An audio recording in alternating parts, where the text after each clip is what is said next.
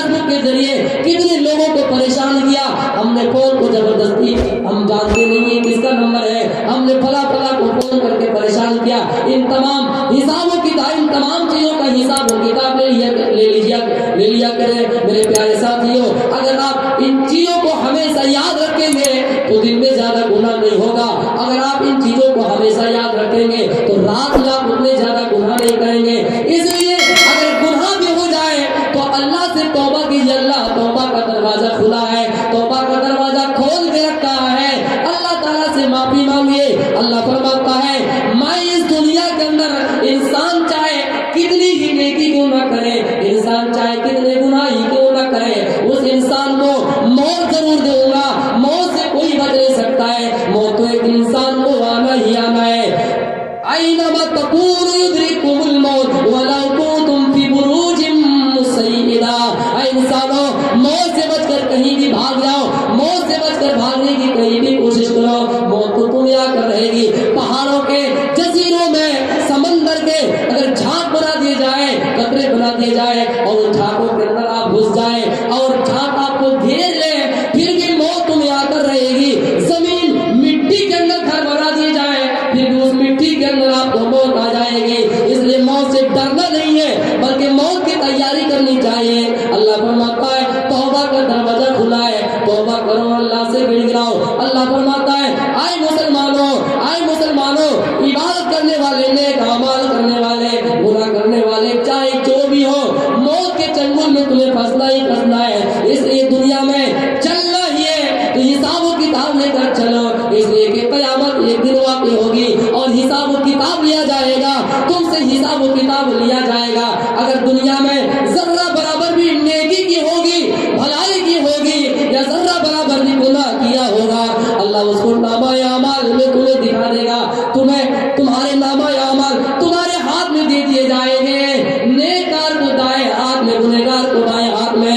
جب نیکاروں کو نامہ اعمال دائیں ہاتھ میں دیا جائے گا وہ کتنے خوش ہوں گے، لیکن گنہگار کو جب بائیں ہاتھ میں دیا جائے گا وہ کہے گا یا اللہ مجھے تو یہ نامہ اعمال نہ ملتا تب بھی میں خوشی رہتے.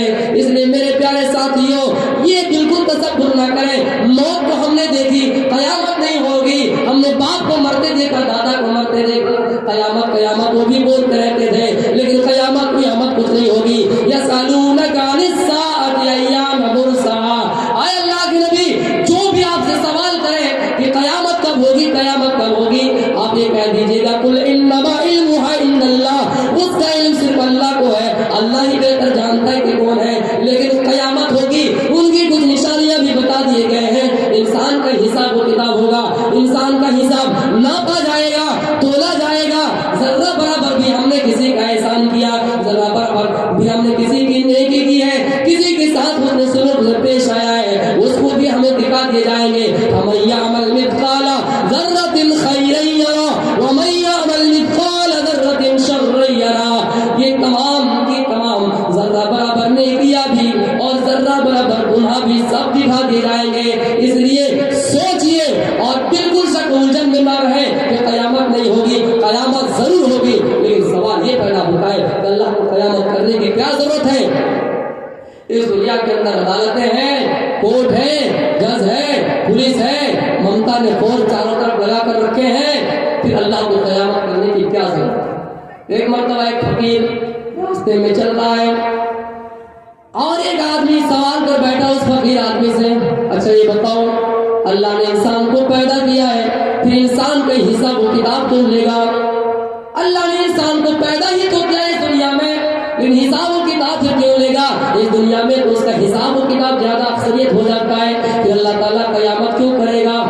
دوسرا سوال کیا، اچھا ابلیس کو اللہ نے آگ سے پیدا کی، اللہ نے ابلیس کو آگ سے بنایا، آگ سے پیدا کیا، تو جہنم میں جب شیطان کو ڈالا جائے گا، ابلیس کو ڈالا جائے گا تو اس آگ میں کیا تکلیف ہوگی. گویا ایک آگ کو آگ سے کیا تکلیف ہوگی.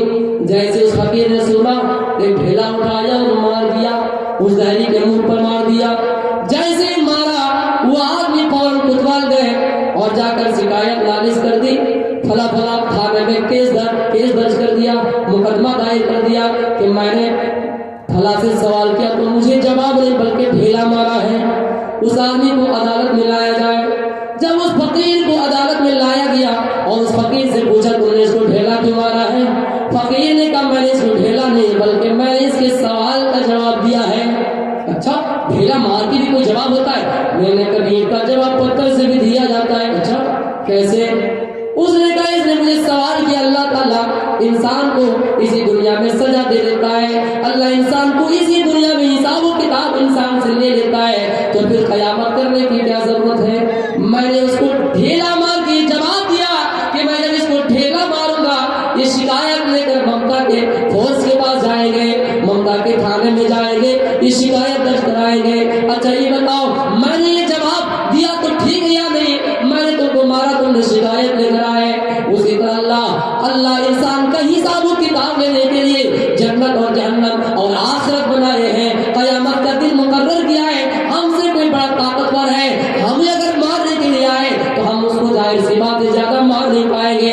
ہم غریب ہیں, ہم سے کوئی بڑا امیر ہے, اگر ہم کو اریسٹ کر دے تھانہ میں ڈال دے, ہمارے پاس اتنی طاقت نہیں ہے, ہمارے جیب میں اتنی طاقت نہیں ہے کہ ہم بھی اس کے اوپر کیس کر سکیں, ہم بھی مقدمہ کر سکیں. اس لیے ان تمام چیزوں کو برابر کرنے کے لیے اللہ قیامت کرے گا. جس طرح میں نے تجھے ڈھیلا مارا اور ڈھیلا مارنے کی وجہ سے تکلیف ہوئی اور تم شکایت کرنے کے لیے تھانے میں آئے, اسی طرح ایک انسان غریب انسان پر جب ایک مظلوم انسان پر ظلم کیا جائے گا اور وہ اس دنیا میں بدلہ نہیں لے پائے گا, اللہ کہتا ہے مظلوموں, اللہ کہتا ہے غریبوں, اللہ کہتا ہے کمزوروں, اگر تم نے دنیا میں بدلہ پورا نہ ملا ہو تو آخرت میں قیامت میں تمہیں پورا بدلہ دے دیا جائے گا.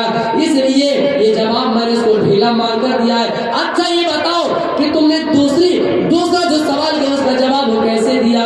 اس نے کہا میں نے اس کو دوسرا جواب اس طرح دیا کہ ایک شیطان جس کو اللہ نے آگ سے بنایا اس کو جہنم کی آگ میں کیا تکلیف ہوگی, ایک انسان کو بھی تو اللہ نے ڈھیلا سے پیدا کیا, مٹی سے پیدا کیا. اچھا بتاؤ میں نے ڈھیلا مارا تو تمہیں چوٹ لگی یا نہیں, تمہیں تکلیف ہوئی یا نہیں؟ کہاں ہوئی. اسی طرح ابلیس کو بھی جہنم کی آگ سے تکلیف ہوگی. میرے پیارے ساتھیوں بتانے کا مقصد یہ تھا کہ قیامت ضرور ہوگی. اللہ تعالیٰ کہتا ہے ان تمام چیزوں کا حساب و کتاب برابر کرنے کے لیے میں قیامت کروں گا. مالک یوم الدین, اللہ تو قیامت کے دن کا مالک ہے. اور اللہ کہتا ہے جب میں قیامت کے دن کا مالک ہوں تو تم اس دنیا میں کچھ تیاریاں کیا کر لو, تم اس دنیا میں کچھ تیاری کر لو. جس طرح ویدوں میں کہا گیا اگنے نیا سوپ تھارے آسما بسوانی دے ویو نان بیودان یودھا سمجھ ہورانہ منو ویشکام دنما وقتی کام بدھیما